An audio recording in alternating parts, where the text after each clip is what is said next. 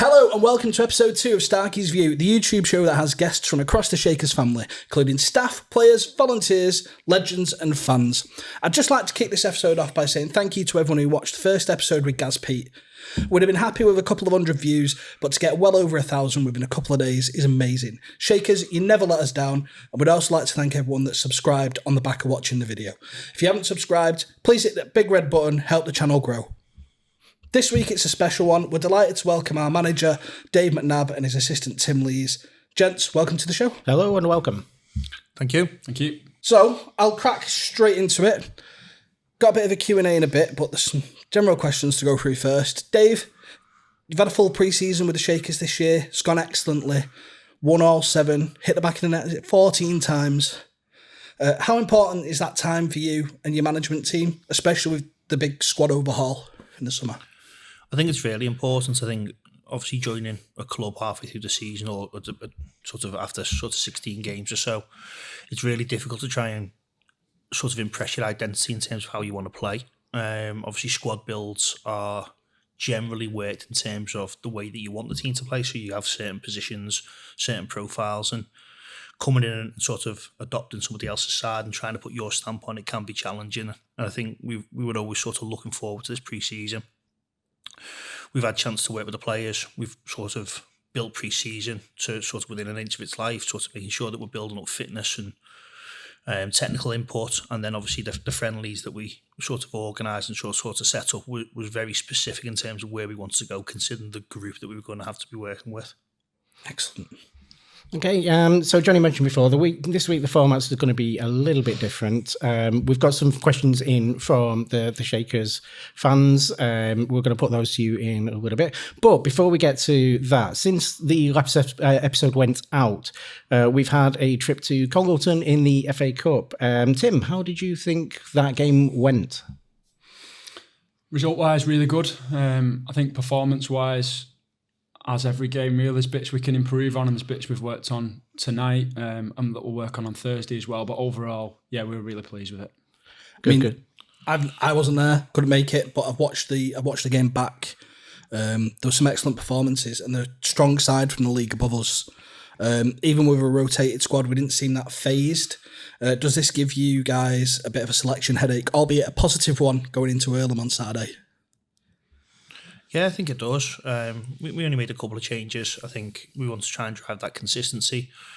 We've always got in the back of our mind that it is going to be sort of a 50 to 60 game season, realistically. But yeah, I thought the lads who came in did really well.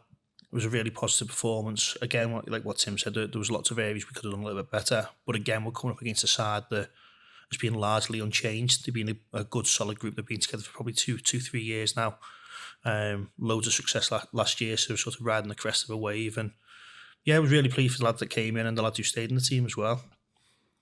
So Saturday is going to be the first chance we're going to see the Shakers turn out on this absolutely wonderful new artificial surface that we've got out there. It's going to be massive for us this season and for seasons to come, many years to come for the teams that we put out there. Dave, how did you feel getting out there last week? We had the test event, an open training session down on the pitch. So how much of a difference will that make this year compared to the last year? I think it'll be massive. I think it's fundamental for the club. I think in terms of the stuff off the pitch, in terms of driving that community engagement, moving to sort of that 7-day operator model for the first time in the club's history, getting people who are fans to be able to come and play at a gig and almost feel a little bit more part of it than what you would do as a regular fan of other clubs. That's massive. And then obviously from a first team point of view and from the other teams you're going to be playing here, you get that consistency of the surface and being able to play the brand of football that you want to. Brilliant. Well, cheers for that, Dave.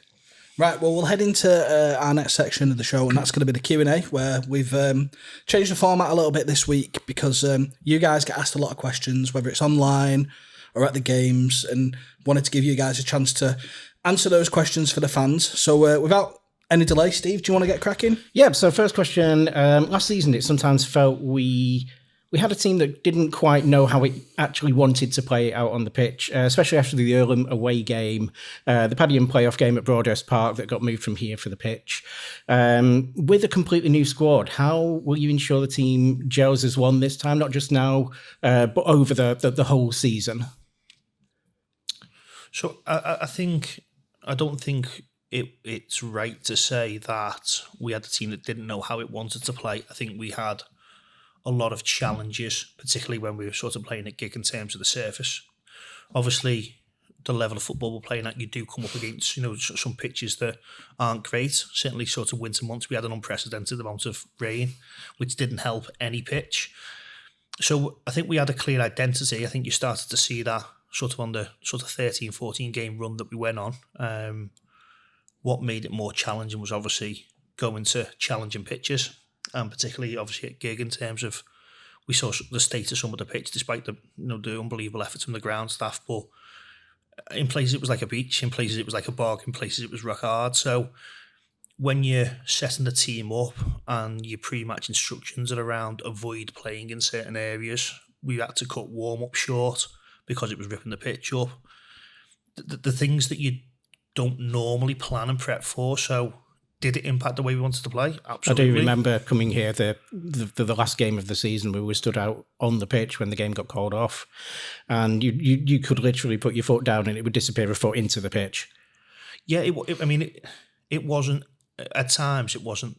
It was a poor playing surface. It was dangerous. So it brought some really unique challenges, and like I said, it wasn't the whole pitch. It was certain parts of it. So you're trying to build the game and try and attack, and you're trying to stay set in central areas, not use the width of the pitch. One of the widest pitches in the country, I think, at the time. So it brought some really unique challenges. So I don't think there was ever a point where we didn't know how we wanted to play. I think it was trying to adapt. And in hindsight, we didn't probably have the players to be able to play a little bit more direct and play through teams. We had to try and work our best with obviously the personnel that we had. Obviously, we didn't quite foresee what was going to happen in terms of the quality of the pitch. I'll throw it over to Tim with as part of that question.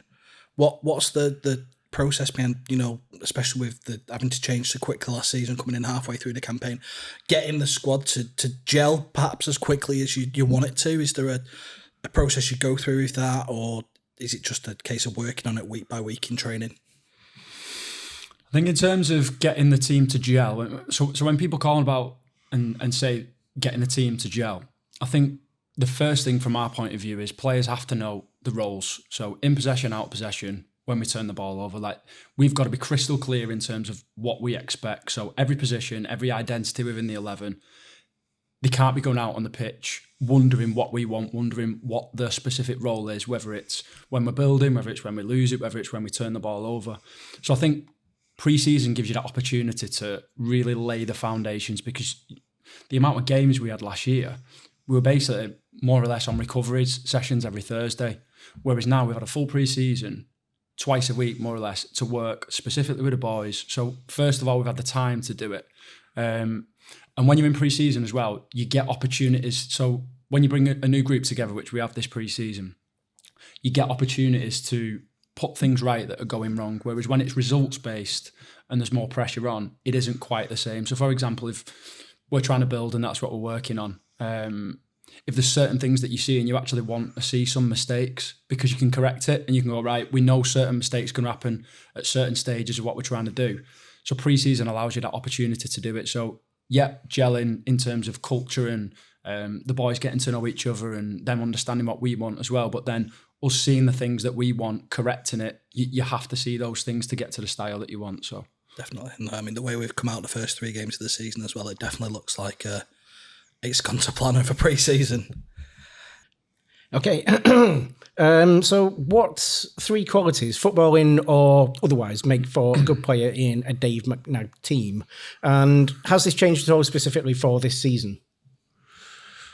I think it's a tough question to answer. I think generally speaking, the qualities that you want from a player in terms of attributes will change depending on the profile and the position of the player. But generally speaking, I think if you look at a lot of the players we've recruited today, sort of this season, we're looking at technical ability. They need to be able to handle the ball the way that we want to play. A lot of work and a lot of research has gone into the player's personality. What are their personal drives? What motivates them? Because going back to your previous question around making a squad gel, if everyone's got the same ambitions and goals, then everyone's on the same collective sort of path, which obviously helps with that. And then I think the third one I'd probably say is around that sort of group mentality and that spirit. So we talk to the lads a lot around no one's more important than the group, no one's bigger than the club. If you give yourself up and accept the fact that, you've had a bad game and you're on the bench, but the club and the group's more important, then 9 times out of 10 you'll come back stronger and you'll end up back in the team and the one keeping your shirt. So difficult question, I think, sort of generalised, but they're probably 3 of the big attributes that we're looking for. Excellent. Cheers, Dave. We've started playing in a 4-3-3 formation. Is this the plan for the foreseeable? I think so. We work more off principles rather than a system. It might look like a 4-3-3, but there's certain phases where the system would look completely different. So, say for example, we're at the half. It would be more a specific system. We have freedom in certain positions. When we turn the ball over, there's a certain way that we want to press. So kind of we just see the system as a basic shape, really, that we work off. And then there's lots of different principles within that particularly attacking, it doesn't really look like a 4-3-3. So we have a lot of freedom in the front four. We have certain movements that we want in terms of creating the free player in the middle. So out of possession, it might certainly look like more of a 4-2-3-1 or a 4-3-3 in terms of how we press. But when we counter press and when we build and when we're in the opposition's half, I think it's a lot more fluid than just looking at one system. I think that's the best way to put it. What do you think? Yeah, I think so. And we did a presentation to the boys probably the week before the season started, and just setting expectations and ground rules and standards and some of the coaching principles that obviously Tim works sort of tirelessly on. And I think one of the things Tim sort of says quite often is around the formation and the shape may change, but our identity doesn't. So would you recognise us playing in somebody else's kit? So if you looked out your window and we were in a plain white kit or a plain black kit, does that look like a very sad? And the formation's kind of irrelevant. You get that. You see it when you see maybe Bebeto overlapping up near the box. Someone else is tucking in to come in and cover him. So they're just all working for each other, aren't they, really? Well, we know, I think the big thing for us is unpredictable. So whether the way we build, whether the way we're in the final third, being unpredictable against teams. So you're going to come up against different shapes, against different systems. That was one great thing about pre-season. In over 3 games, we played against 3 different systems, so it gives us different examples to the lads about if you play against this is how we change shape, this is how we build against this is how we press against this system. You then go into the Nantwich game, you're playing against the Diamonds, so the spaces on the sides who work at a certain different way. But in terms of the principles, we don't change in terms of how we want to play. So play in the opposition's half, play as high up the pitch for as close to their goal as we can for as long as we can. But yeah, the shape, we don't really see it as a shape. It's more flexible than that. And I think what helps with that as well is the fact that we've got so many players that can play in multiple different positions around the pitch. So if it's not working in one particular area, you can make a switch on the fly. You're not having to make a substitution in order to make that change on the pitch. I think so. 2 days we had a bit of a sad couple of days after the Wivenshaw game, and I think 2 days after that, it was all then about this season and how we were going to build it. So how did we want our team to look? So we knew we'd have that pitch out there. So we knew we could play the style that we'd always played everywhere else. In terms of the way we've built it, it's identities. That's the way we see it. So, for example, we knew teams. So if you're playing against Bury, you're going to have most of the ball because teams are going to sit in. They're going to be difficult to break down, particularly coming here. So you've got to be able to find the solutions for that. So we wanted players. We knew we needed a centre half who could build a game. We needed someone who was aggressive. We needed pace on the outside from the fullbacks. We needed wingers who were really dynamic in terms of 1v1, unpredictable, contribute to goals. We wanted 3 centre midfielders who'd have different identities. So we have like a Bobby who's a spider in the web and connects everything and dictates the game. Then a Bobby who's more aggressive, or a Josh who can sit in more. Then you've got a Sam or a Brian who's more, or a Morgan who's more of a creator and can play final passes. So we knew what identities we wanted to play the way we wanted, but also what we feel as if we'll win this league as well. So again, like Max said, it's more identities really. Excellent. Cheers. So we're entered in many different competitions this year. We've got the FA Cup, the FA Vars, obviously the North West Counties. We've also been entered in the Phoenix Trophy this year. So when it comes to all of these various different competitions, what would you say are your priorities for each of these ones? So I think the one single priority is the league. That's the most important thing. It's bread and butter. I think if you look at all the various cup competitions we're in, I think the next priority in terms of a competition that's obviously close to our hearts and one that we'd love to do really well in is the FA Vars. Realistically, don't shoot me down for it, but we're not going to win the FA Cup. So anywhere we go in the FA Cup's a bonus. Phoenix Trophy, again, it's something that, it's maybe a once-in-a-lifetime opportunity. So again, they're more sort of bonus competitions. They're just something that, we're really proud to be part of. We want to make sure that the club's well represented, and we want to go out and make ourselves and the fans proud in those competitions. But the main priority is the league. We need to try and get promoted this year. So I'll move on. I think these next questions came from one of the Facebook groups. Always a contentious question with the Bury fans, especially because for some it's the first couple of seasons in non-league.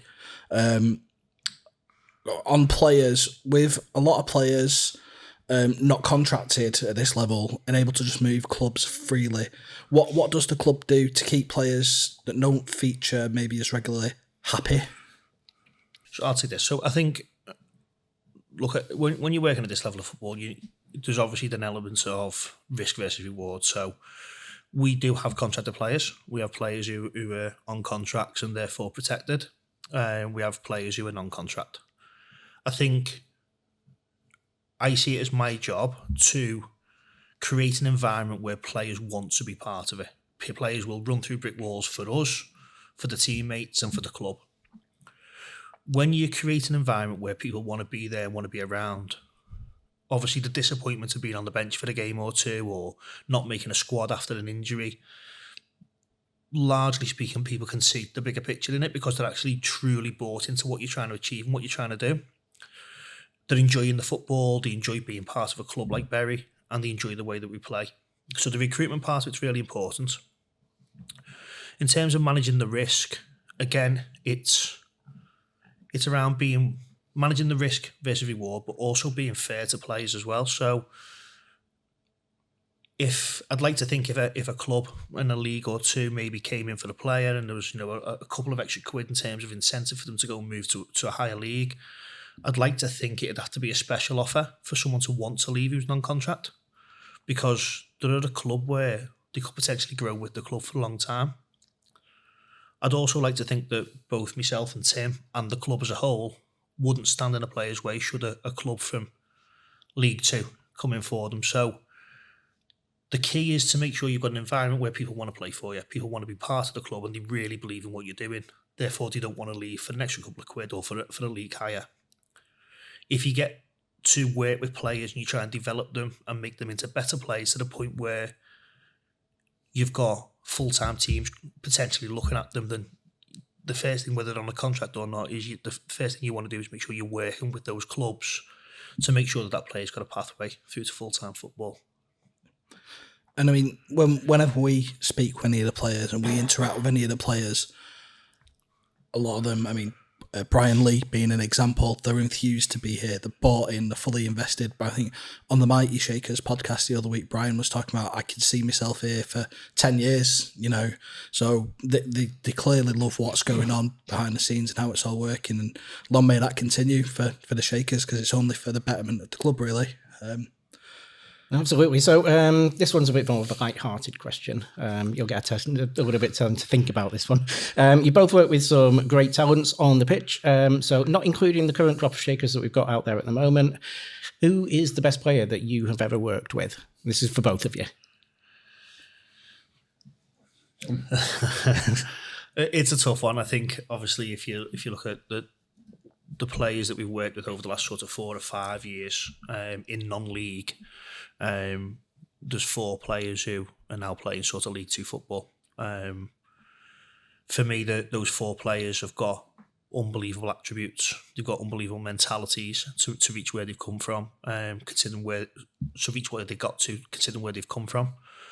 For me personally, I think the progress of Kane Drummond is probably something that I'm really proud of. I think, obviously, he has got a strong background in terms of being at Liverpool, but he sort of lost his way. We saw Kane playing sort of Sunday League football, gave him a platform to perform, and every target we ever gave the kid, he sort of smashed each and every year.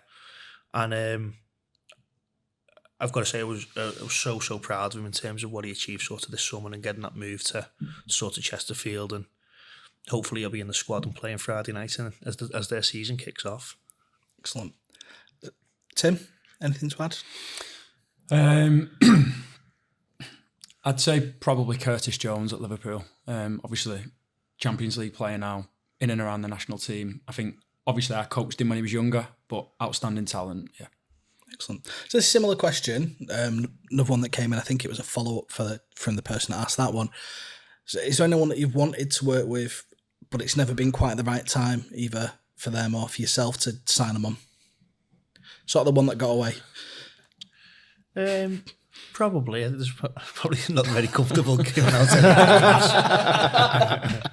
names. Might have a few gaffers on the phone if you give out any names. But look, I think timing's key. Timing's always key, and I think you have a lot of conversations in the summer. I was away for 10 days with my wife, and I was limited to five phone calls a day to different players. So, but you do have a lot of phone calls with players, and you have a lot of conversations. Sometimes it's just not the right time, and sometimes sit back and talk to players now and go, oh, what could have been, or you laugh and a joke about it, but it is important that it's right. And I think that's why when we're having those conversations, I certainly always try and be as truthful as possible around the club, the environment, the playing style, everything about it. So what you don't want to do is bring a player into the sort of false sense of security. So someone walks through the door and sort of say, this isn't what you described. I think it's about trying to be true to yourself and true to them. So sometimes there's always been the few that get away, so to speak. This one is probably alluding back to the Wythenshawe playoff final. P word. Yes. So obviously we struggled. We didn't go through because we lost out on the penalties. Will there be a set roster of players for penalty takers this year? Should we be in another shootout situation? I think publicly after the game, a lot of fans were asking certain questions to Macca about penalties, and he's not going to come out publicly and say certain things. Being completely open now because that game's well behind us, just so you can see what the prep was for that game. So as soon as we went into the playoffs, we knew potential. Obviously, it could go to penalties. At that point, you've got to make sure that the 1%ers are taken care of, and you've got to prepare for every scenario. So that becomes slightly different than obviously any game during the season. What we did was, I personally spoke to several friends who were working either in the England setup or at Premier League clubs. I'd never, I think you'd gone through it as a manager, penalties at other clubs, hadn't you? But I'd never been involved in penalties before. So did as much research as we could in terms of preparation. We did, on the Tuesday, the week before the playoffs started, we did a presentation for 45 minutes inside. That went through every single detail, everything you could imagine, from basic things to little 1%ers around best penalty takers go first and fifth. If you delay, you run up and you take a breath after the whistle goes. You've got more chance of scoring, high percentage chance of scoring if you go first. We went through all these little details where we can make small differences. What was really important at that point was we then practiced. Now, in terms of practice, we had 5 different stages to it, which wasn't my work and wasn't Macca's work. We took this from people who were studying this every week. So we went outside here and we did, the boys worked unopposed, so close technique, find whatever way you want to take your penalty, just feel the back of the net, feel the technique that you can do, don't change your mind, just unopposed repetition of feeling that particular strike, if you like. After we went from stage 1, stage 2, then was, right, we're going to put a keeper in and you're going to tell a coach what direction you're going to go in. So they'd say to us, right, we're going to go here. Effectively, the idea of that was after they felt the technique and they've practiced it and got belief in it, it's then, right, if I go that way, I'm not going to change my mind. So, people go up and then last minute talk about changing their mind. Third stage then was a keeper would go in and they would tell the goalkeeper what way they were going to go. So the idea of that was, if your technique's that accurate and it's that consistent and you strike it that well, it doesn't actually matter. The keeper can't get there. So if you find the corner, top corner, bottom corner, go down the middle, wherever it may be. Then after that, we wanted to introduce a form of competition. So then it was, right, we'd have an elimination round. So all the boys in, everybody watching, creating as much pressure as we can, whistle, etc., making it realistic. And then we had an elimination round, winner stays on. After that, we then brought in a financial one. So all players chucked in a pot, tried to make it as competitive as possible. And then we ran that. So from there, all the information we gathered from our point of view is which players were most comfortable taking them, who could perform most under the pressure, if you like. But really to give them a routine and get them used to, here's all the stats inside, here's how you can make little differences. There's your practice as well. So we did that for 2 different sessions. When we went out, I know a lot of fans were asking us, we saw people putting their hands up. 2 things on that, and Macca can speak as well on it, but obviously we had several injuries in that. So Charlie Doyle went off, Billy Reeves went off. I can't remember off the top of my head which others, but Dean Pennington was injured, couldn't take one. Couldn't take a penalty. So then you're going, right, who's first and fifth? What's the order? So then it was, right, I think the thing people talking about hands up was more around, in sudden death, who wants to go second, third and fourth. So in my opinion, how can I put it? I don't look back at any of it and think we could have prepared any differently. In fact, we might have actually gone too far the other way. I think in terms of the people that we selected as well, if you look out there, if you look at like the mentality of players, Jeppo, for Jeppo's faults, for example, in and around his game, mentality, winner, competitiveness like you wouldn't believe. Like if you're going in the trenches, you want Jeppo with you. Struck a ball beautifully before it, was probably the best penalty taker in the group. So I suppose the point I'm making is you can prepare as much as you want, and these are part-time athletes, they're not full-time athletes who are training every day. So I think the pressure in terms of that, and then there was other things that went on about what end the penalties was at and things like that, which was slightly out of our control, but we couldn't have done any more in terms of prepping. Yeah, well, like you say, prepping, you can prep everything, but it does come down to a lottery. It's almost a coin toss at that point. Well, we tried to take the gamble out of it. Our thing was if we practice and work around the little 1%ers, our big presentation, our big idea was it's not a gamble, it's not a lottery. Turned out to be. I think you probably maybe undersold the amount of detail. So again, like Tim said, it was almost borrowed work from an analyst from a Premier League club. The analysis was based on every penalty taken across the top 5 leagues in Europe over the last 5 years.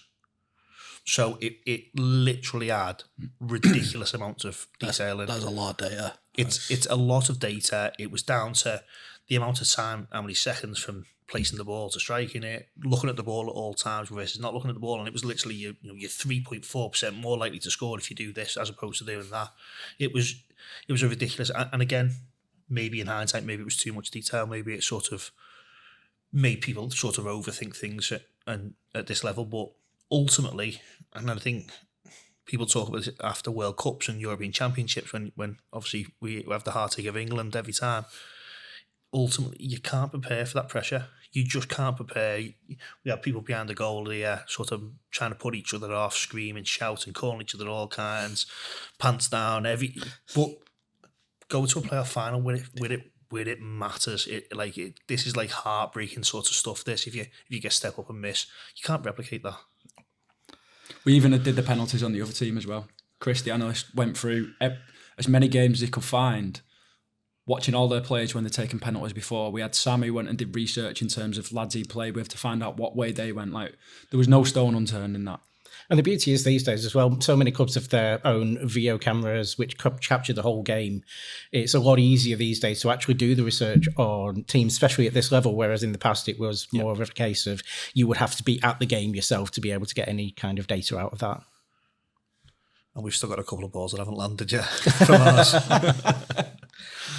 So I'll move on. I think we've already gone through this, and I think this question's sort of already been answered, but this one came in, it just said, if you can single out one contributing factor to us not gaining promotion last season, what would that be, and have we addressed it? Yeah, I mean, one factor, I think we talked about it in the fans forum. For me, there was a lot of learnings as a manager, and the biggest thing for me was trying to make sure that I enjoyed it, trying to make sure that we're in a position where you were coming every week and you wanted to be here. I think it got to a point where there was that much that was going into it. It sort of became sort of like getting up and going to work for a lot of people.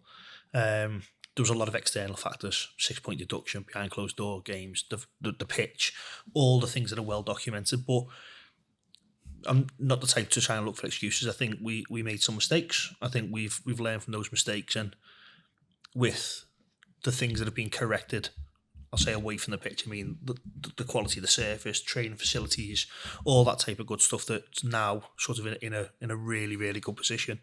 I think we've built a squad that more than has enough capability to go and achieve what we want to this year. So we have a very strong under-23s team. Last year, they went undefeated throughout their league season. And we've taken some of those players into pre-season and given them a chance to show what they can do. The fans in particular were impressed by Alec Babayan when he played at Nelson in the last pre-season game. Will he be registered soon and considered for the first team squad in the future? And I guess the question could be broadened out to say, we have those under-23 players. Is there a pathway through to the first team for a lot of them? Yeah, so I think Alec particularly, I think the idea is we want to try and get him registered this week. We want to try and make him available for the weekend. Obviously, we are carrying a few knocks and niggles. So the squad at the moment, in terms of players signed on, it's probably a little bit on the big side in terms of what you'd expect for a normal squad at sort of midpoint of a season. But again, I think we've got 9 weeks on the bounce now where we've got 2 games a week. So it's relentless. I think 46 game season at this level, it's well documented how tough it is. But definitely, I think obviously as the squad starts to settle down, probably around about sort of September, October time, I think we will start to see a lot more sort of under 23s sort of appearing regularly, either on the bench or starting games. I think there's certainly a few of those lads who've got a massive, massive future ahead of them. Very first team players, no doubt, over sort of the next couple of years. So we will, no doubt, we get reports sort of quite often from Sass and Leon. So I think, it's looking really good and the pathway's there. And if they're good enough, it doesn't matter how old they are. It's only going to get easier for that pathway now we've got this facility as well. Yeah, exactly. So, they're going to get used to playing in the ground. They're going to be training on the pitch. Again, you can't replicate the pressure of playing in front of 3,500 fans, but it's trying to make sure that they're comfortable in the surroundings a little bit more and take away as many of the unknowns as possible. Cool. Well, that brings the fans Q&A section to an end. We could have took questions and there'd have been thousands, so we had to call a bit of a stop to it yesterday because notifications were just going ding, ding. But no, we'll move on. It's a different type of Q&A for you now, Gaffer. Okay. A little bit of a section. It's this or that game. So it's 10 quick-fire questions on a variety of topics, including football, and we've tailored this one a little bit to be a little bit Everton themed in some of the questions as well. We've got to take your first answer. So I'll crack on. Are you ready? Go on. So, not Everton based, but number 1, beach holiday or city break? Beach. Beach holiday. Coffee or tea? Coffee. Win the league by 10 points or clinch it on the last day dramatically? 10 points. Merseyside derby victory or a Blues top 4 finish? Top 4 finish. Eating out or cooking at home? Eating out.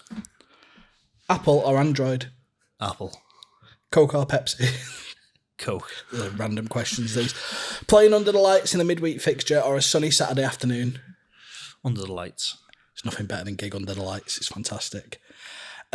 Famous goals, Everton. Wayne Rooney's debut or Sigurdsson's long-range stunner? Rooney. And the final one, would you rather have for Everton to go on a big cup run or just consistent throughout the league for the full season? Cup run. Fantastic. Well, that brings us to the end of episode 2 of Starkies View. John, I think that was quite successful, Dave. Yeah, it was all right, yeah. Absolutely. Dave, Tim, thank you so much for giving up your time. Obviously, I know it's been a long day here for you. You've taken the training session and I've come to speak to us too. Before we let you go, have you got any message for the fans ahead of this weekend's game at Gig? I think the big thing for me is, you've been brilliant all pre-season. Obviously, the start of the season's all been away games for obvious reasons. The lads have played 10 consecutive games away from home. We sort of drew 1 and won 9 of those. So we're in really good form. We're scoring goals. I think come and get behind us, come and support the teams. I think, there's going to be some nerves on Saturday. I think there's these lads are excited. They're looking A bit of adrenaline going, get that heart pumping. There's going to be some adrenaline. There's going to be some nervous energy used, but what a place to go and play football. The fans make it what it is. Come and enjoy it. Get behind the boys. Make sure you're nice, loud and proud. And hopefully we're celebrating at the end. Fantastic. Right, well, what a great show. Shakers, thank you very much for watching. We can't wait to welcome you all back to Gig Lane this weekend as we face Earlham at home. Get your tickets at buryfc.co.uk/tickets. Let's get behind Dave and the lads. And like Dave said, loud and proud like we know you can. Blow the roof off the place. This has been Starkies View. Don't forget to share, like the video. Subscribe to the channel and we'll be back with episode 3 soon. Bye-bye.